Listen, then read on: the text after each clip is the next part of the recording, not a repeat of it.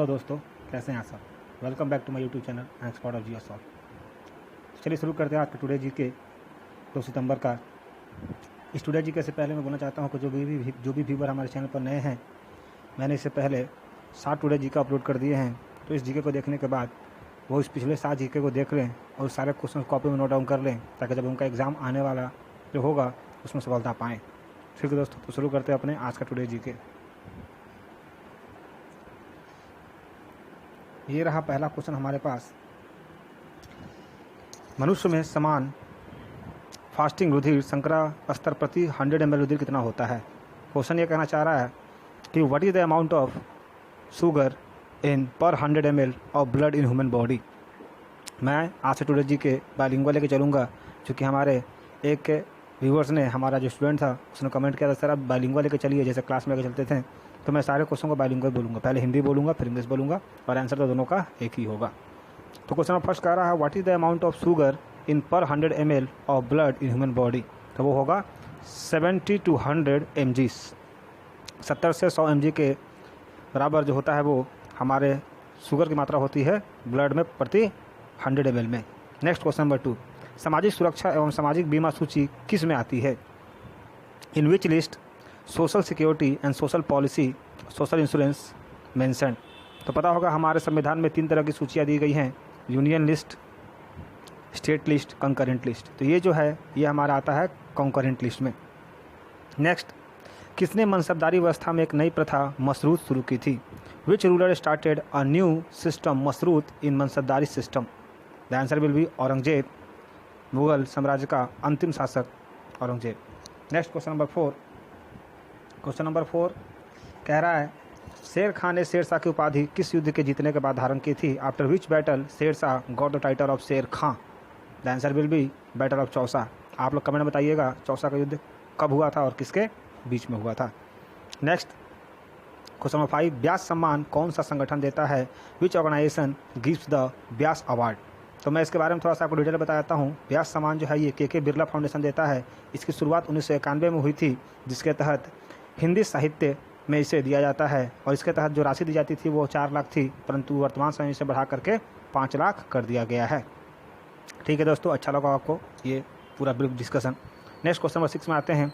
भारत में जल विद्युत सत्याग्रह सर्वप्रथम कहाँ स्थापित किया गया था। In India which state first set up the hydro electric plant. The answer will B Darjeeling. Next question number 7 की बात करते हैं। मौर्य काल में वन विभाग का प्रमुख अधिकारी क्या कहलाता था। What is the forest officer in Maurya kaal called as. The answer will be Aatvik. क्या होगा, आर्टविक। नेक्स्ट क्वेश्चन, किसी संयुक्त कंपनी द्वारा अपने अंशधारियों को कंपनी का लाभ वितरण क्या कहलाता है। In any joint company the share holder the profit of share holder called as. कहने का मतलब होता है कि अगर कोई संयुक्त कंपनी है और उसका कोई शेयर होल्डर है, तो उस शेयर होल्डर को जो लाभ मिलता है वो क्या कहलाता है इकोनॉमिक्स के टर्म में। तो क्वेश्चन ऑफ इंग्लिश में in any joint company the profit given to share holder called as, that is called beneficiary, Hindi में कहते हैं लाभांश। नेक्स्ट क्वेश्चन नंबर 9, सूर्य साम्राज्य का संस्थापक कौन था। Who was the founder of Surya samrajya, Surya empire. The answer will be Sher Shah Suri. Next question, Vyas Samman के तहत कितनी राशि प्रदान की जाती है। तो आंसर होगा इसका 5 लाख, जो मैंने अभी कुछ देर पहले ही बताया है। नेक्स्ट क्वेश्चन नंबर 11 में आते हैं। तेज आंधी आने पर टीन की छत उड़ जाना किस सिद्धांत पर आधारित है। In which theory during storm the abstracts said off. ये जो सिद्धांत पर काम करता है ये है बर्नौली सिद्धांत, बर्नौली थ्योरी। नेक्स्ट क्वेश्चन, भारतीय रेल किस सूची में है। In which list Indian railway is mentioned. The answer will be sangh suchi, या फिर इंग्लिश में union list. Next question number 13 की बात करते हैं। थूलियम का संकेत क्या है। What is the symbol of thulium. Thulium का जो सिंबल होता है वो केमिस्ट्री में होता है TM। आप लोगों ने पीरियड टेबल पढ़ा होगा, उसमें देखा होगा थूलियम जो है इसका सिंबल होता है TM। नेक्स्ट क्वेश्चन नंबर 14, असहयोग आंदोलन शुरू होने के समय भारत का वायसराय कौन था। Who was the viceroy of India during the non cooperation movement in India. The answer will B Lord Chelmsford. क्या हो गए, Lord Chelmsford. Next question, Shankar पुरस्कार के तहत कितनी राशि दी जाती है। What amount given under Shankar award.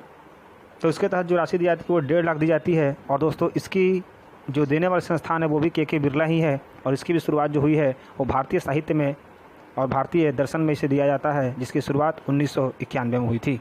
Next question, question number 16। Bharat में कलपक्कम परमाणु ऊर्जा संयंत्र किस राज्य में स्थित है? In which state in India Kalpakkam atomic energy plant setup? The answer will be Tamil Nadu. Next question, question number 17। वन रिपोर्ट 2011 के अनुसार भारत में सर्वाधिक वन क्षति वाला राज्य कौन सा है? यानी कहने का मतलब है कि सबसे ज़्यादा भारत में किस राज्य को वनों की क्षति हुई है? In which state of India according to the report of 2011 got maximum harm in forest? The answer will be Andhra Pradesh. जी हाँ, आंध्र प्रदेश सबसे ज़्यादा क्षति होने वाला राज्य है जहाँ पर वनों की क्षति हुई है। नेक्स्ट, एशिया का सबसे पुराना स्टॉक एक्सचेंज कौन सा है? Which is Asia oldest stock exchange? तो इसका हो जाएगा बॉम्बे स्टॉक एक्सचेंज। इसकी स्थापना जो हुई थी वो भी एग्जाम में पूछ देता है, जो था 1875। नेक्स्ट क्वेश्चन, किस वायसराय के कार्यकाल में होम रूल लीग की स्थापना हुई थी? In which viceroy rule home rule league was established?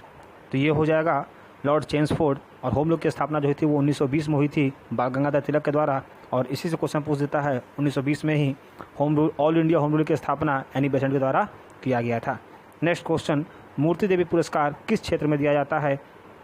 तो मूर्ति देवी पुरस्कार भी के बिरला फाउंडेशन के द्वारा दिया जाता है। इसमें हमारे भारतीय साहित्य में और हमारे भारतीय दर्शन में भी इसे दिया जाता है। और इसके साथ हम लोग एक सरस्वती की मूर्ति भी देते हैं, और इसके साथ जो राशि दी जाती है वो दी जाती है 4 लाख।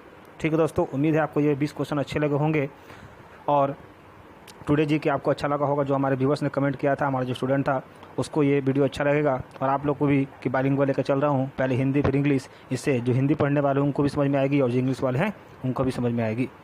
ठीक है दोस्तों, तो वीडियो को अधिक से अधिक शेयर करें, लाइक करें और इस चैनल को सब्सक्राइब करें।